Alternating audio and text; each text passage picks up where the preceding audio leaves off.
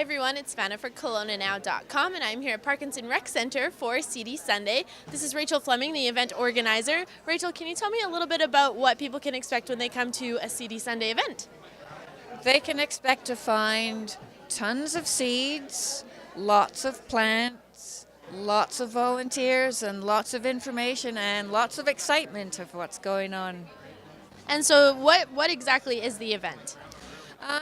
The event was based through Seeds of Diversity, and it's a way to promote the planting and the growing of organic and heirloom seeds. Everything here is, or I shouldn't say everything, but most of the seeds that are available have been grown in the Okanagan, so they're used to our climate. We do have other BC seed growers here, but sort of everything is organic, so you know what you're putting in the garden when you plant your seeds.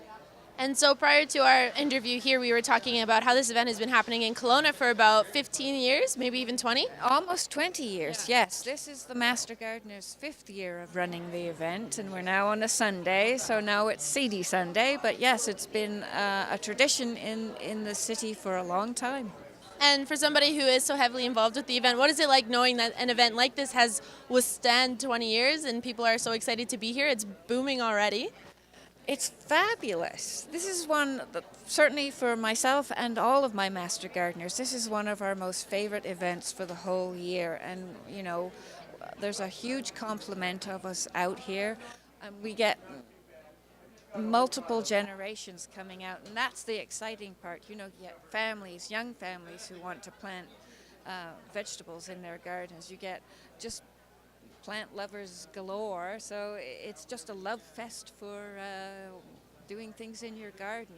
We are running workshops for basic sort of gardening ideas, activities for children.